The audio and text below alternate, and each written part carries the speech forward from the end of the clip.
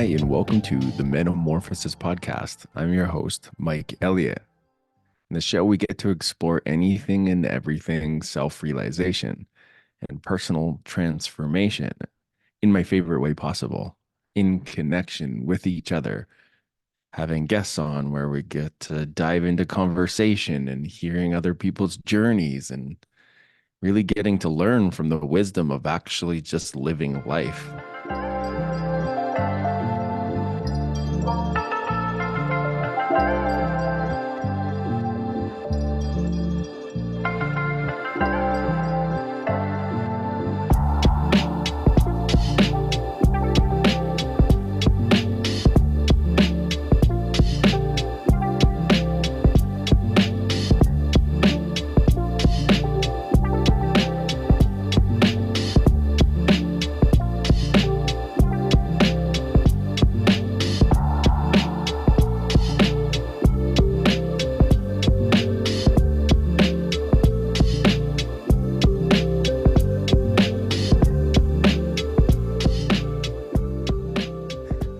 Today, I'm really excited to have a really special guest.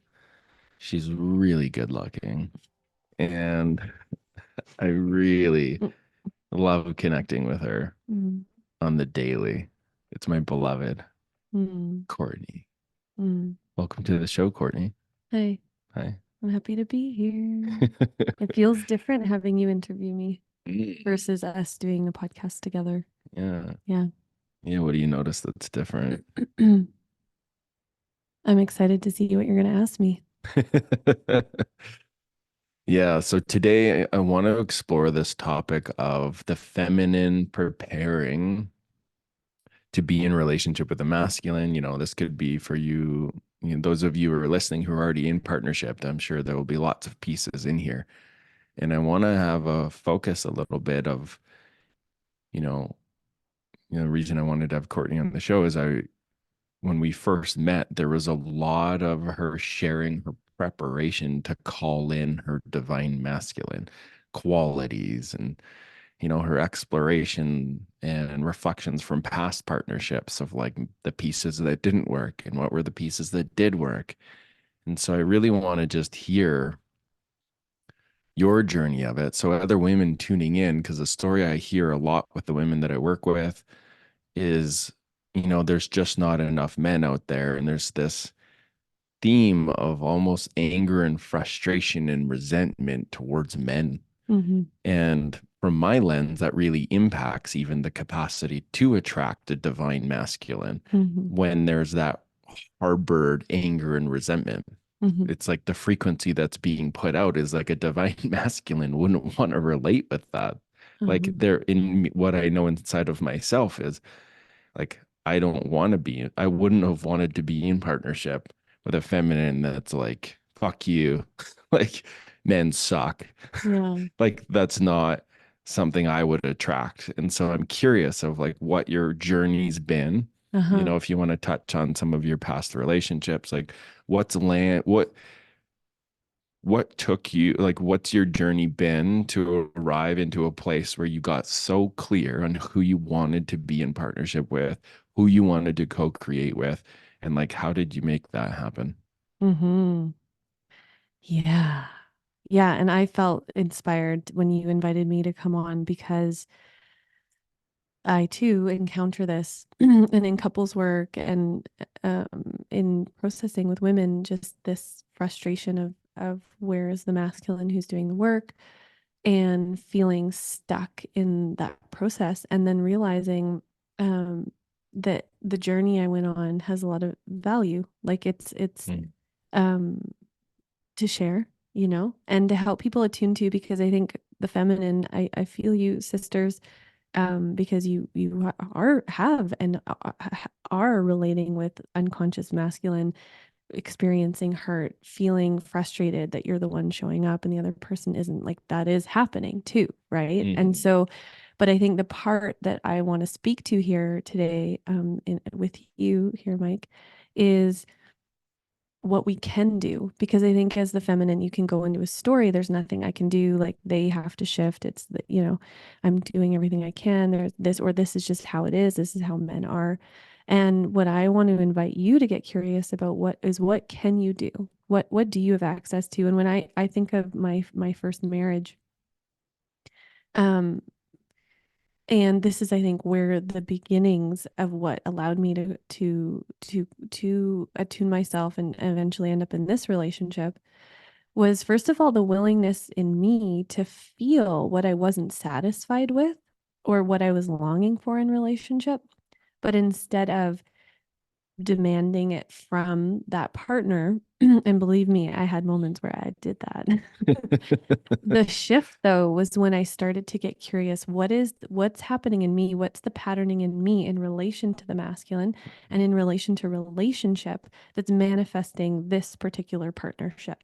And I remember a really key moment for me that then I carried through on the journey was when I stopped being so attached to it's this partner, and I started to do more of the inner work of what am I embodying? What's my inner masculine and who is he? And how am I showing up? And then just embodying that and being clear what I was calling in, and then noticing what happened in that particular partnership. And, in that particular partnership, what ended up happening is that it became clear we weren't meant to journey together. But instead of it being from a place of criticism or anger or hatred or whatever that could look like, it was more from a realization of, oh, we're on different paths.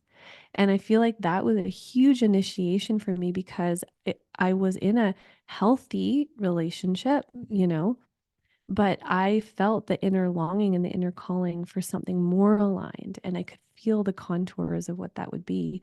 And I remember this courageous act of honoring that longing and that desire in me.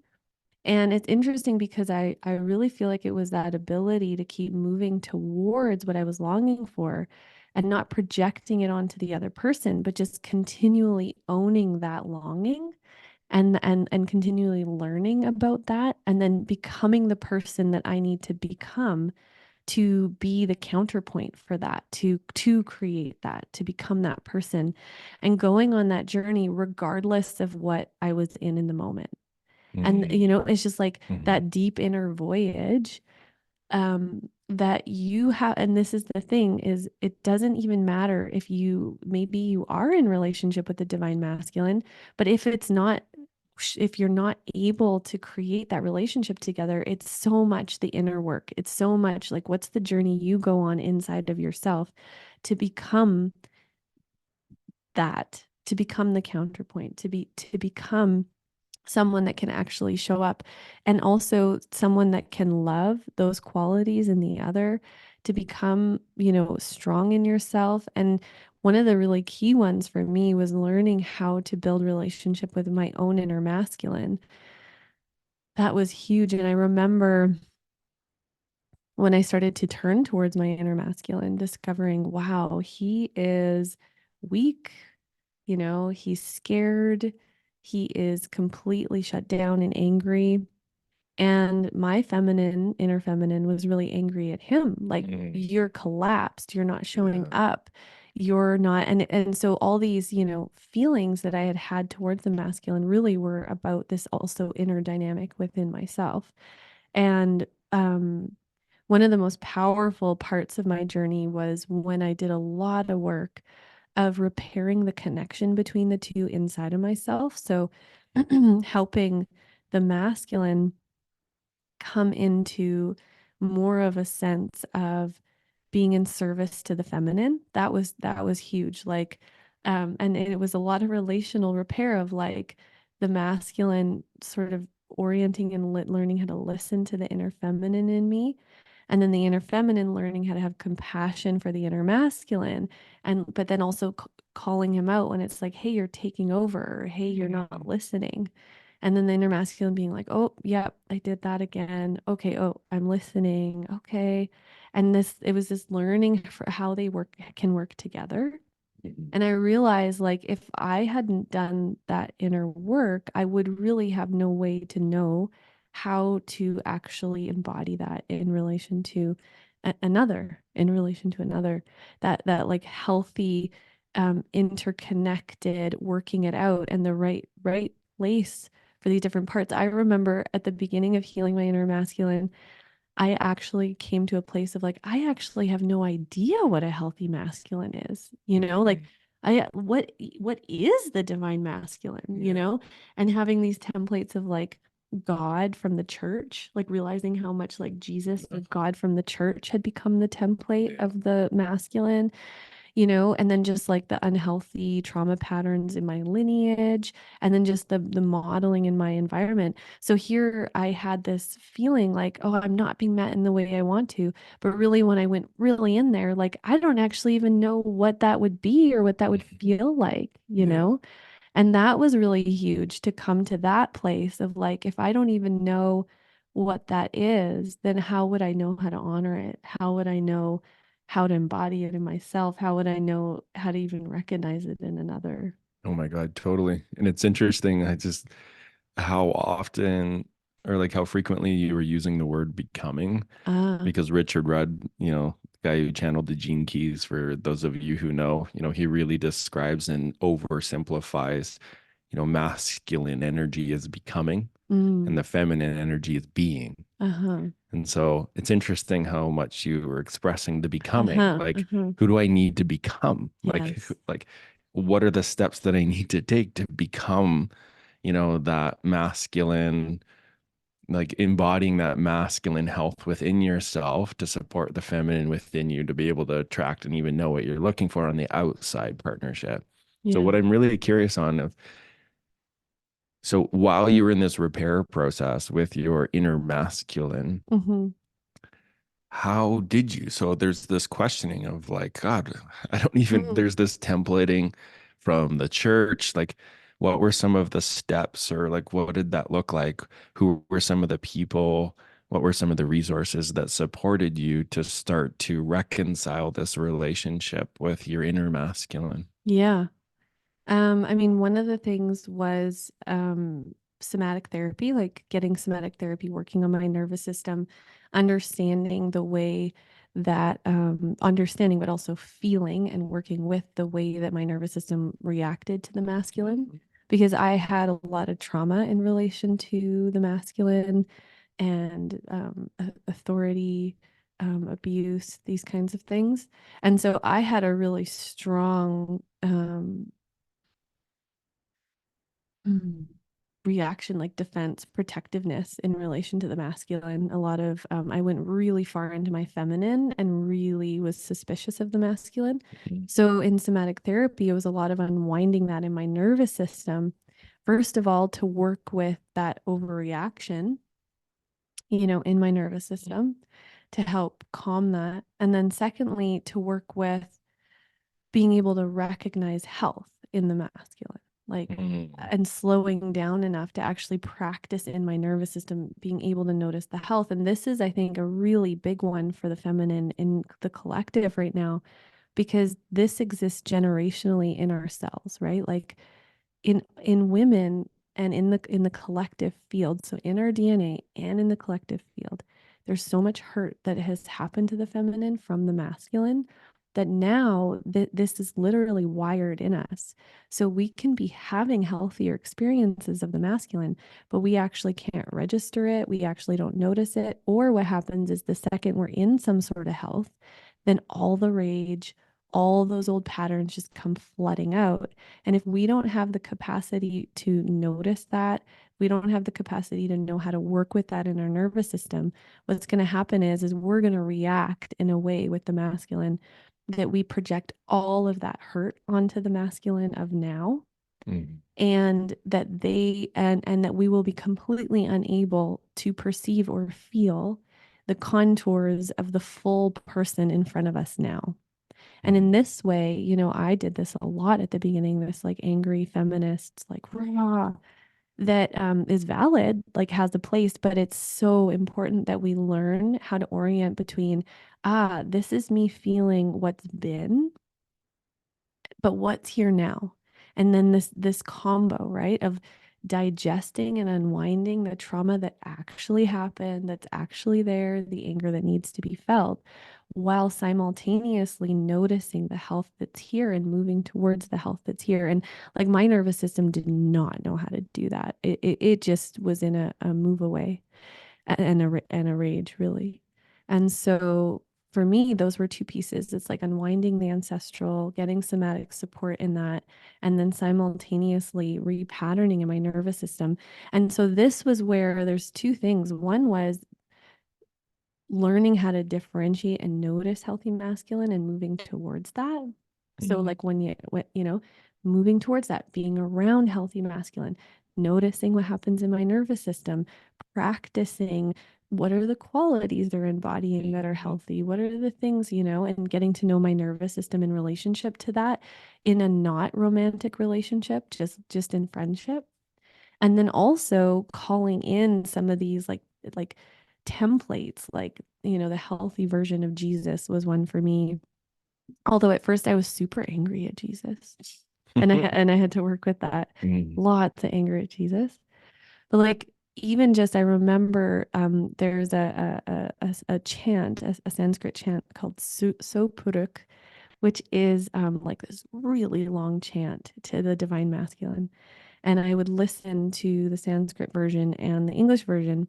And it was like an attunement to the most divine qualities of the masculine. And so I also spent a lot of time with that, not thinking that there would be a man that shows up who's that, but for me to even attune to what are the highest vibrational qualities to learn about that, so that that could be like a guidepost or or something I can lean into of like, oh, this is actually the beauty of the fullest, highest expression of the masculine. And I remember that night because there was a thunderstorm and lightning, and I was listening to it, and the power went out, and I was so in awe of like, whoa, the masculine is so beautiful. Mm. But I had never really felt it in that way of like, and one of the qualities I remember really landing in my body was patience and presence. Mm. Patience, like unconditional patience and presence. Mm. I'm curious. So before you did this reconciliation with your inner masculine, Hmm. what were some of the perspectives or the projections that you had on the masculine in the Oh yeah. outside world? What were some of the stories that you held in Oh that yeah. version of Courtney? And these reared their head when Mike and I started to come into relationship because he was so embodying the masculine that they came up and really big. And but I was aware like, oh, these are my projections.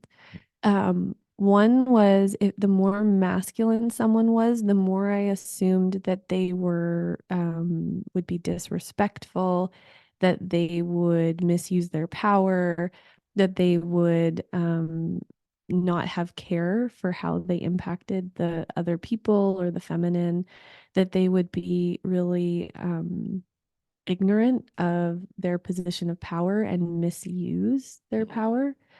I had a really big projection that anyone that was embodying the masculine qualities, automatically it meant that they wouldn't be as emotionally attuned, they wouldn't be emotionally present, and um,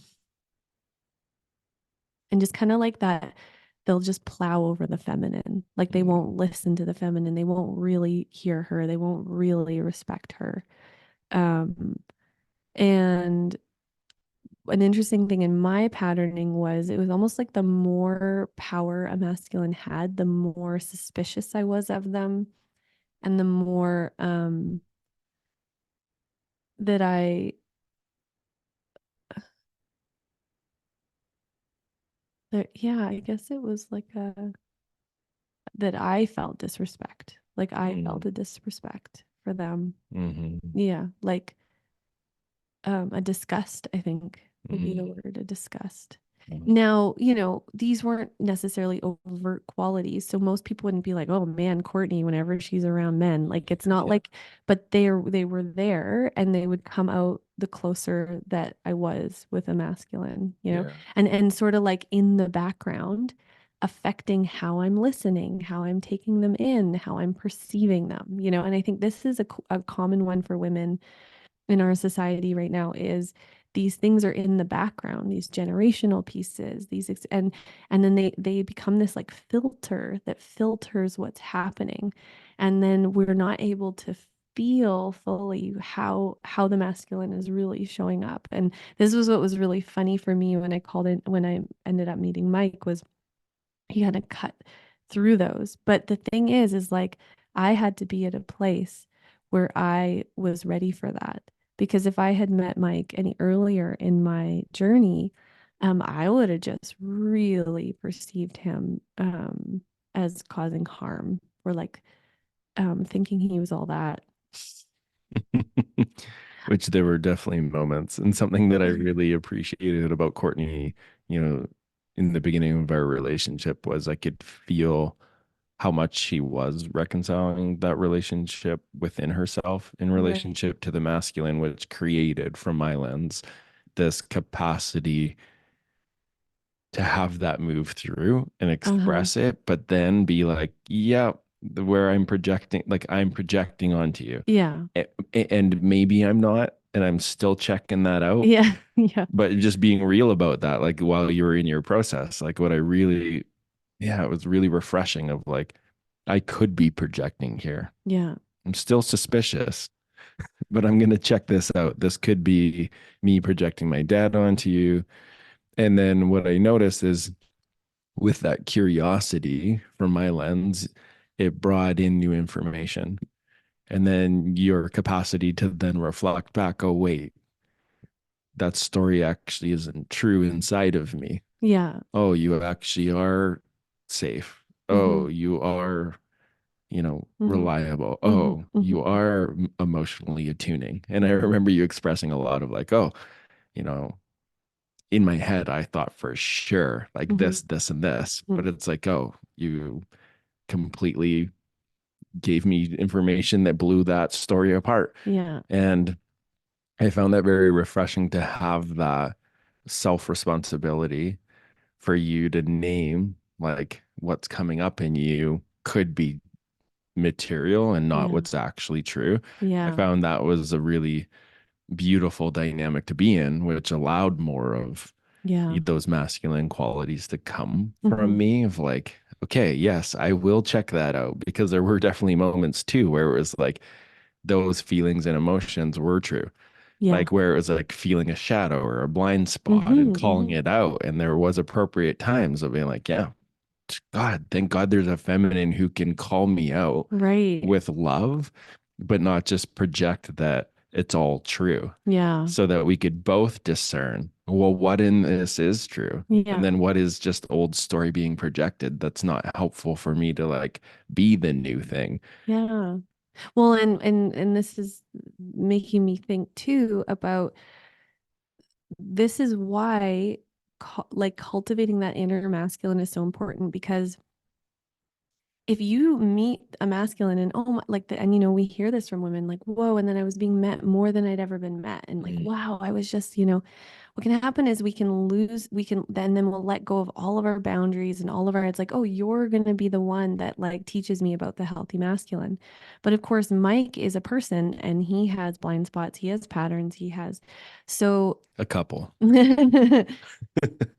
so for me, what helped me show up in a more stable, loving way for Mike and for Mm. the relationship is in the moments where Mike is triggered, when there is a blind spot, when he's not able to tune to me, or he is saying something that's like not actually considerate, then I have that inner masculine in me to lean into. And I do this very consciously all the time, is like, oh, here's a moment where Mike's not able to be that for me. And then I go inside and I have this healthy masculine template inside of me that I lean into.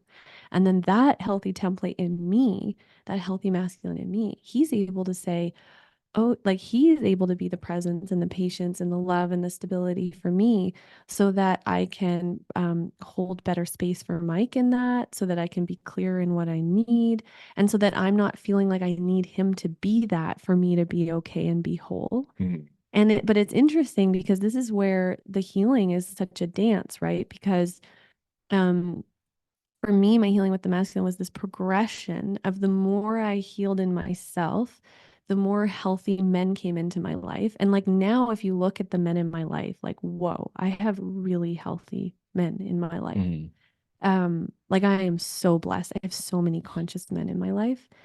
And like, I'm still like, wow. And when I go out into the regular world, I'm almost like I go into a bit of a shock at like maybe the status quo of where the masculine's at. I'm like, oh, right. But I'm sharing this because as I healed, then the healthy masculine came into my field. Yeah. Then I would notice them. I would learn from them. I'd take that into my nervous system. And then that would inform what my inner healthy template is now, right? Like now that my inner, oh, let that land in my body, let myself learn about that.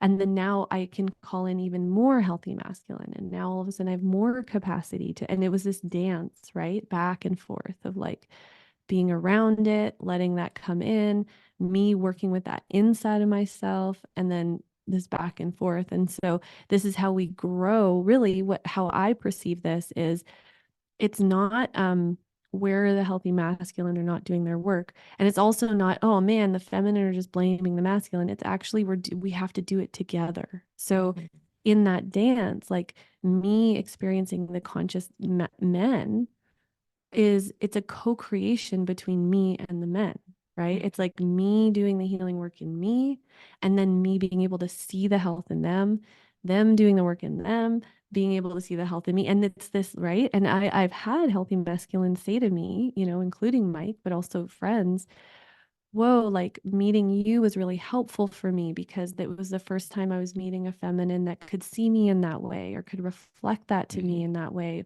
and like call me forward. And it's like, right, this is how it's a co-creation. And we actually need each other to do that. But the thing is the second, and I know this place, the second we go into the pattern of, well, I'm doing it and you're not, we know that we're in a trauma response. That's a form of grandiosity. And I've had that pattern for sure. It's like, I'm the one doing it. I'm the one. But like the thing is, if you're experiencing something, then you are still in the pattern. If it's still in your life, Yeah. you're still in the pattern. It's important. Yeah, it's the same thing as, running into somebody and they'll be like, everyone drinks. It doesn't matter where I go, everyone drinks. And I'm like, well, that's interesting because no one in my world drinks. Yeah.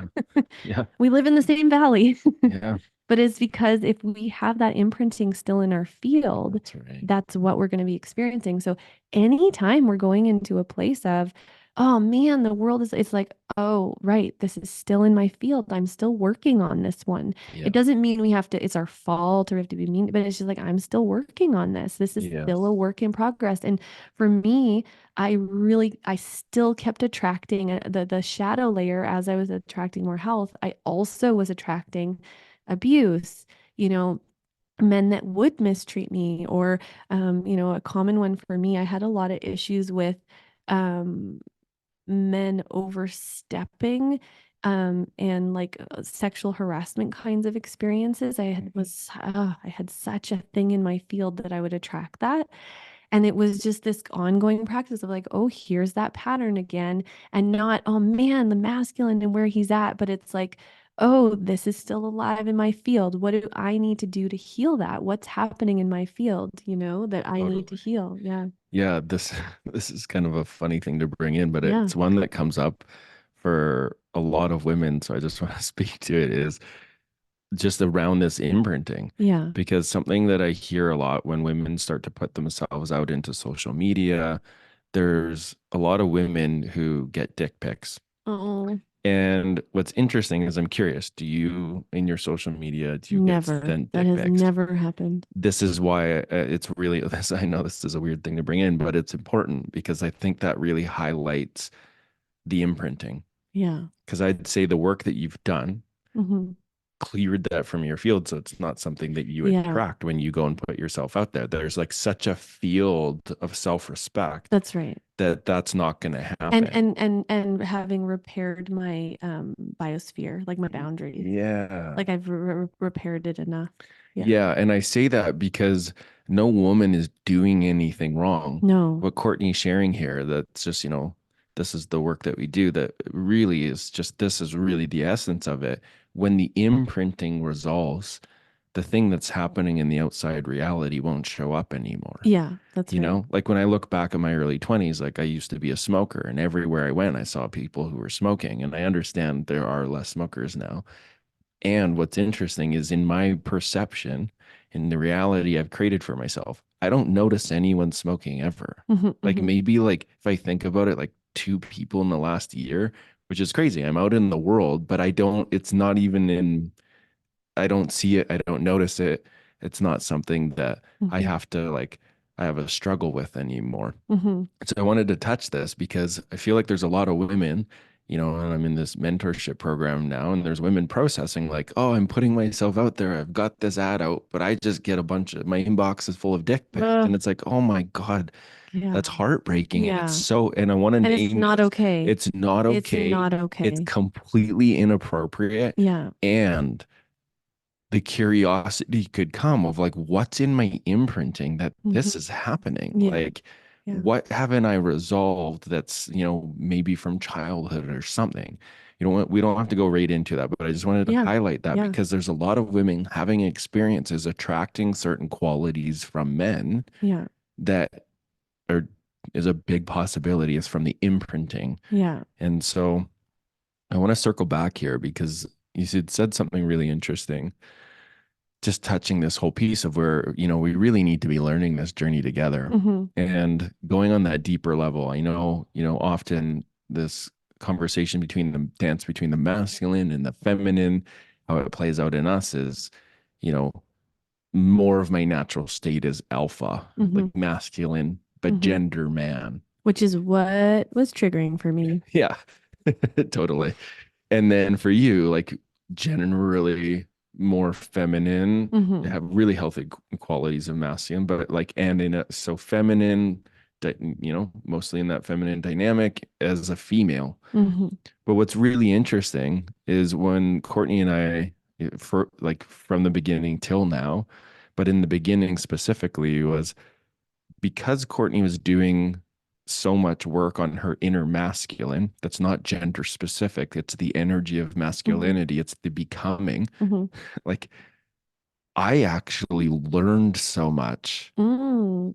about Mhm. how to embody my Right. masculine That's right. by how much she had to over masculinize by how not met she was in her Right. life, That's right. is how I perceive it. Yeah. And so when I met her, it's like she had a really successful business. She was like doing retreats, and these are all things I was wanting to become.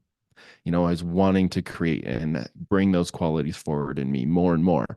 I did have a business and I was doing Mhm. really well in lots of ways. And I got mirrored qualities within my shutdown masculine, the weak masculine who Mhm. hadn't, figured out certain pieces. And what was really beautiful is what I noticed in the relationship is you having done that work, it almost invoked and taught my nervous system what that would feel like, Mhm. that latent potential inside of my Mhm. masculinity. Because my upbringing too is like shut down masculine, Mhm. alcoholic, and so much love for my dad. And, you know, I didn't get modeled what it would be like for a man to have a mission and a purpose in the world and like constantly improving and Mhm. becoming more and more and more. Mhm. And so this is where we get to learn this together. And this is the whole thing. It's like you named it. It's not like, oh, the masculine aren't showing up Yes. as Yes. men. Like Yes. that's two topics there. Yeah. It's like this isn't a battle against men and women. Mhm. No, This no. is understanding this inner conflict lives inside of Yes. each and every one of us. Yes. And the more we can appreciate the qualities and the learning of these essences within each other, it's like that's where the healing happens. This is where we get to attract different Mhm. qualities because now I have reverence for the masculine in you Mhm. and get to bring more of my masculine to you so Right. you can drop more into the being Mhm. Mhm. as more of your nature, like Well, both. and this is where what was so key with that, right? Because this is the difference is lots of women are in the masculine, Yeah. but if there's a difference between the adaptive child masculine, so what this is like I have to do this and I'm pissed about it, but I have to be the masculine because nobody else will. Mm. Because then you're just going to be angry at the masculine. That's very different from having an integrated inner masculine. Like those are very different things. Totally. One is like a coping strategy, and the other is like an integrated, healthy wholeness that then I wasn't looking for Mike to be that. I was just being that. And then that way then I wasn't mad at him, you know? And in the past I would have been mad. I would, and then that would have prevented you from really getting the download of what it was I was embodying, Totally. because I'm just pissed, Yeah. right? Whereas this is, I come into my wholeness and I'm gonna be this.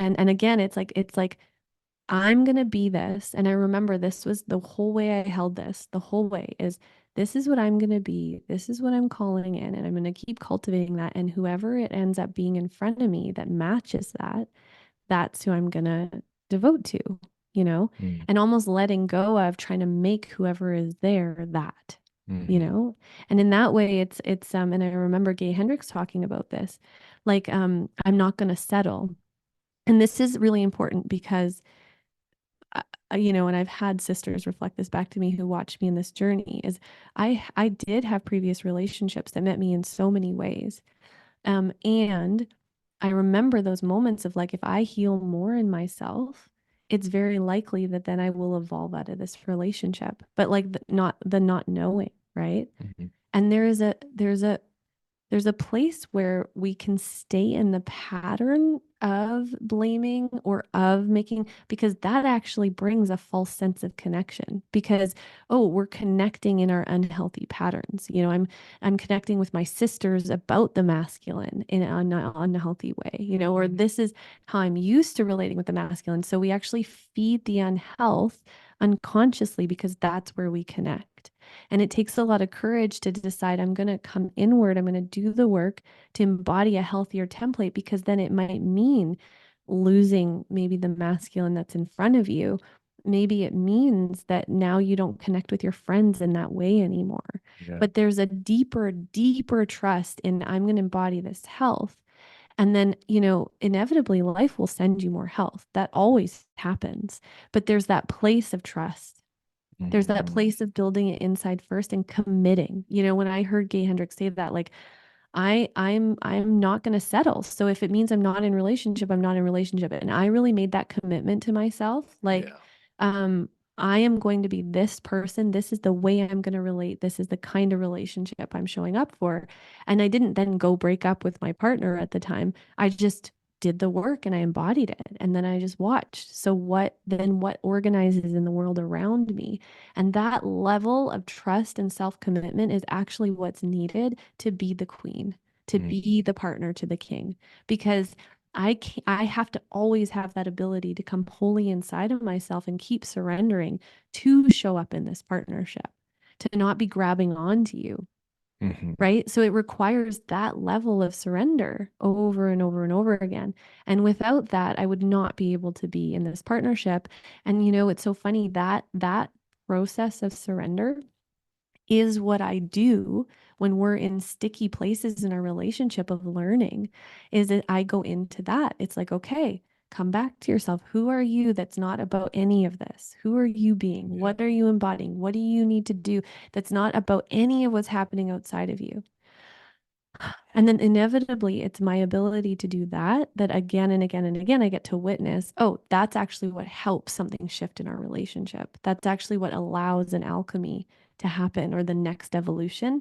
And I know in my old self, when I didn't know how to do that, when I would grab on or try to change the other person or fix it on the outside, it would just get stuck and it would feed the toxicity and it just could not go through the process of evolution that a divine relationship needs to go through. Yeah. When you're talking about that evolution piece, when you started to do that inner work and your outside relationships, maybe some of them Hmm. still reflected those old qualities that you were no longer Hmm. wanting to Hmm. relate with, was it difficult for you to let go of some of those relationships? Yeah, I mean, there's two things. I mean, in my first iteration of that, I just let go. I let go of the relationship. There's two ways that this was Yeah. hard. The first version in my first marriage, it was hard. It was hard to let go and trust something else was going to come in. Yeah. And then, but then in the second iteration, what was actually harder was that the relationships didn't leave. Mm. They stayed, and then I had to be in the like of the growth, right? Oh Like yeah. And that in some ways that was harder because it was good, but it was harder because those relationships ended up evolving with me, but I had to be in that sticky in between Yeah. where you're embodying the new thing and everyone's like, what is this? What are you doing? Like, and stuff comes up around that. And so I would say in both instances, the work is building your own inner tone to trust your process no matter what's happening around you. Yeah. And like, fuck that, to be in a divine relationship, you have to have that skill. If Yeah. you don't have that skill, you can't do it. You won't be Mhm. able to do it. You have to be able to surrender and let it all go and be in yourself, and then that's what allows the movement, right? And Yeah. and for me, it was like this coming deeper and deeper into self relationship while having moving towards healthier and healthier relationships outside of myself, And I Mm. also had some really beautiful coaches that supported me in this. And a really fascinating layer that I think is so interesting is a huge part of my healing with the masculine and moving into this partnership was actually healing my relationship with money. Mhm. And Mhm. I was healing my relationship with money, and then I was like, wait, I'm actually healing my relationship with the masculine, and then realizing, right, like these are so interconnected, Mhm. at least in my nervous system, but I think they are, and because it's like being provided for, it's like the what moves the becoming. Like money is like Yeah. the fuel, the energy for the becoming. And so I had gotten so good at the being and just being with whatever's here, and in that learning how to be in that more yang becoming energy and the like moving the money through, then I had to look at all the ways that I didn't feel worthy and all the ways that the masculine doesn't love me and won't provide for me and that money won't be there. I'm still working with that one. Mhm. Yeah. Yeah, that's beautiful. Yeah, I feel like that's a really my imagining too, and I'm curious to hear if this feels true. But then there being like the anger or the resentment towards, from the actual men not providing what you were wanting to become. Yeah, I'm still trying to understand that part because my patterning was always so much that I'm trying to get away from the masculine that I Mhm. wasn't oriented to that part. Mhm. Like the part that's like, I want this from you Mhm. because I was so in the like, get away from me. Yeah, So I'm still learning that that's been there, but that I wasn't even aware of it. yeah, totally. Yeah. Yeah. And we as you women out there, you'll have different kinds of patterning, but this version of patterning I'm talking about is you're like the empowered feminine who doesn't need the masculine, or your life is totally full without him. And but then there's this unconscious like pushing away and not valuing what he brings. Mhm. Totally. Yeah. So now let's, go into this place where you along your journey, you start to become aware that there's this relationship with your inner masculine that needs to heal. You do that work. Yeah. Your outside relationships change. Yeah. Then you have these other relationships where they're kind of hanging around. You're still working stuff out, but it's Yeah. like, oh, and then you move through all that discomfort to allow life to come towards what it is that you're wanting. Yeah. What's the next phase? So, like, what was involved with you like how did you gain the clarity of what qualities or like yeah, what qualities you wanted from a divine partner? Yeah. Like what's a divine partner to you? And how clear were you? Like how much of this was like consciously choosing, like I want this, this, and Yeah. this? Yeah. And then what was your process of actually attracting that? Yeah. Like, did you go out and get it? Did you just like put out your order to God and like it showed up? Like, what's your process in the part that leads to actually attaining Yeah. the partnership that you worked so hard to Hmm. have? Yeah. How, So once I went through that whole, like the deep inner work, then now I was able to orient differently to the world. And then the next step, and I guess it was in that inner work, was two layers. One was just learning about what is the healthy masculine, like what would the healthy template be? And also starting to get curious, like, what are the ingredients that I, Courtney, need for the life I want to live? So that was a really key part because I knew I wanted to be a mom. I could feel that. I knew I wanted to create a lot. I knew I wanted to travel. I knew I wanted to have a homestead. Like, I knew now that, and it's like, well, what are the ingredients or the qualities that this other person would need to have for that to work, for us to do that together? Like, not Yeah. just, oh, I have those values too, but like, what qualities would they need to have that would Yeah. actually create a, and then I was watching other conscious couples and watching what were the ingredients that were present in the ones that were really flourishing Hmm. and learning from that too. Hmm. That was really key for me. I find that really helpful to attune to that and notice it, like, Hmm. oh, I see. Because it's a very different template from what I thought. And one of the trickiest parts for me was realizing that what I was patterned, like what my patterning, adaptive patterning, what I was drawn to in a partner wasn't actually what I needed. So where my nervous system would go, that person, oh, that actually isn't the person that I needed to be moving towards. And it was interesting because discovering that was both doing the somatic work, right? And I do a lot of shamanic journeying and things like this too, and doing energy work, and working with coaches and learning about myself. So it was like simultaneously, understanding who I needed to be calling in. Yeah. So it was like understanding what is the patterning in my nervous system of what I think love is or what I'm drawn to, like understanding, oh, this is the automatic patterning in my nervous system of what I'm drawn to, and then getting clear what it is I need and working with noticing those kinds of qualities in the environment. And then also there was just the mystical. It was actually energetically asking for guidance, energetically talking with my soul, energetically for several years before I called Mike in. I was getting all these like droplets of information from the spirit realm about who this next partner would be.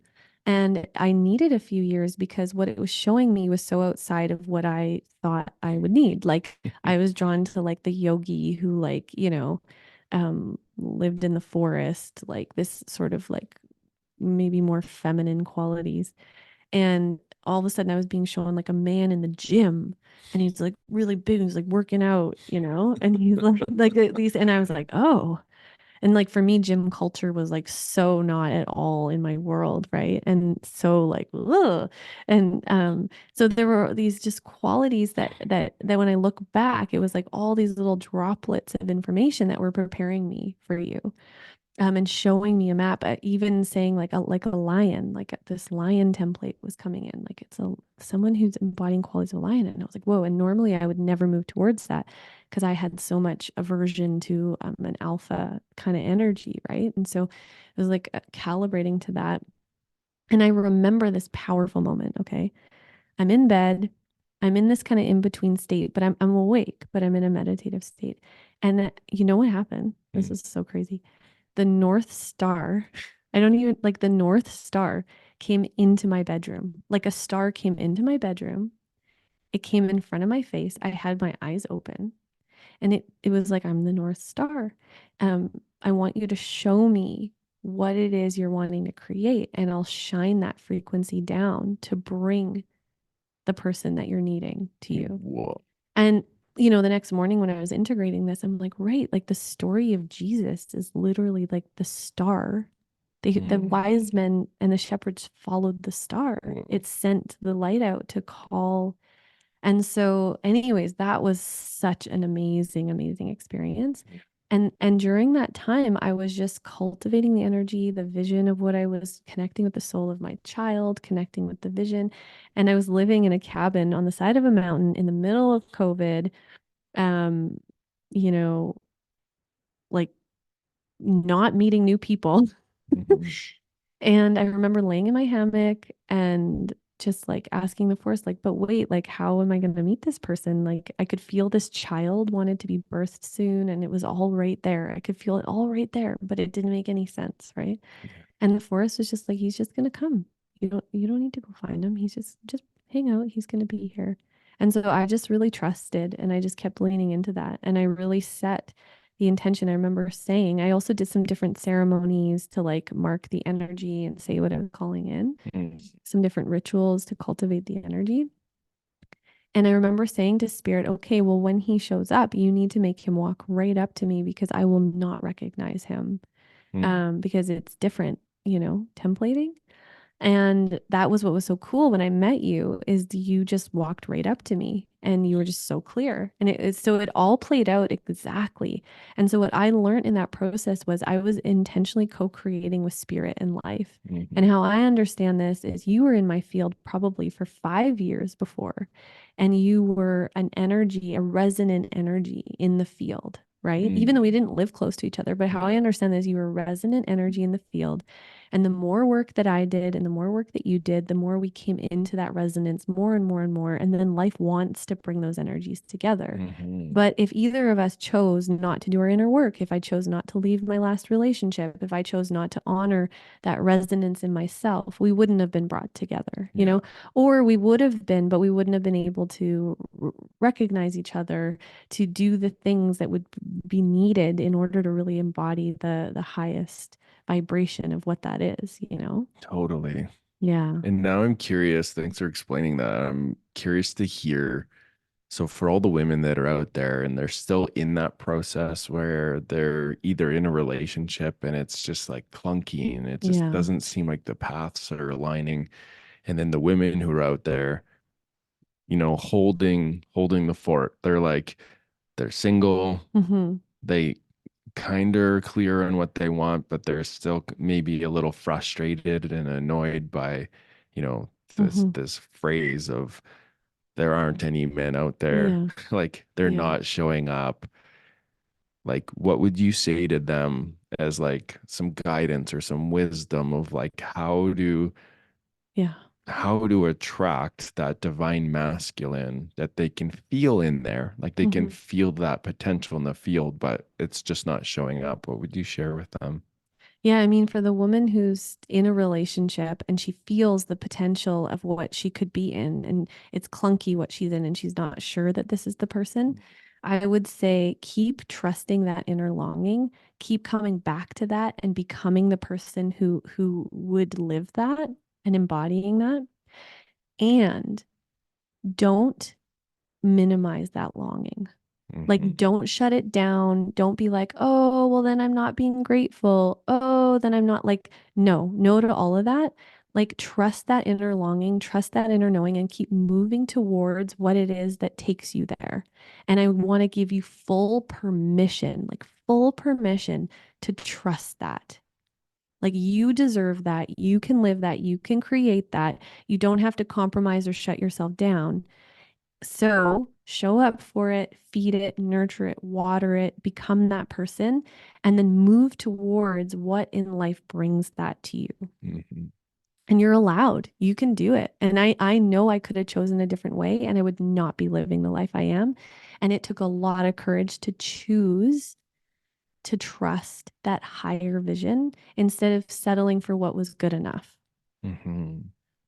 And really, just lastly, this is spirit speaking to you, not to go out and make someone else be that, but it's spirit calling you into your next evolution. And Yeah. so show up for it. Oof.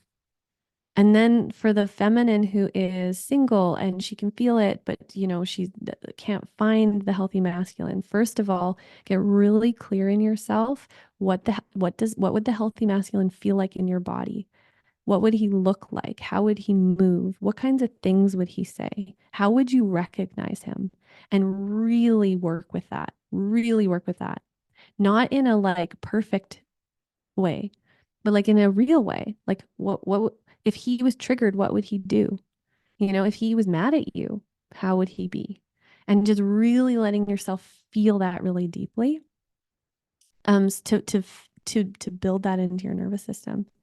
And the second thing I would say is to start speaking to him energetically in the field. So start communing with him energetically. You know, Mike talks about feeling me for months before we actually met. Mhm. And I really feel like our souls were actually communing and speaking to one another back and forth, back and forth. So, like, intentionally start to speak with him. Mhm. And you know, and I also did this with calling in our son too, is like, and ask his energy, like, what do I need to do to meet you? Like, who, you know, let that be a guidepost for you. Mhm. And the other thing is let yourself simultaneously cultivate more wholeness in yourself while being open to the fact that you can't do it all yourself, and Mhm. that life can be a lot better if you let someone else come in and hold it with you. Mhm. And that requires vulnerability to actually acknowledge to ourselves that life would be better if someone held it with us, that there's ways we can't meet ourselves, Mhm. that someone else has ingredients that we don't have. And the more that you can cultivate the both, I am whole and I actually need partnership to come into more wholeness. When we can hold both of those at the same time, then we can actually be open to that divine masculine. Mhm. Yeah. Mic drop. Mm. Oh God, I could keep going on and Yeah. on. Just that time there. God, thank you, Courtney. Thanks for Mhm. coming on to the show. I Mhm. loved this. I love just in my own experience learning the journey of the feminine from the feminine. Like Right. just how much that informs the feminine in me. And just also just this for me is such like there's a hunger out there for this information, for Yeah. this wisdom, for this guidance. Because we can touch these places of like, oh, what is happening in these sticky places between men and women Hmm. Hmm. with this masculine feminine energy. And I feel like, bringing the gift that I see that you bring, which is illuminating for the feminine, like how do you actually become that? How do you Hmm. become the feminine to attract that longing? Hmm. How do you actually materialize that Hmm. desire? Hmm. And so thanks for bringing your process of actually embodying it and doing it and living it and taking responsibility for what's needed to Hmm. to have that reality that you've been longing. And Hmm. oh, what a gift. Hmm. Thank you. Thank you. Thank you. Yeah. Oh, thanks for it feels really sweet to be a part of your podcast. Yeah. And thank you all for tuning in and listening.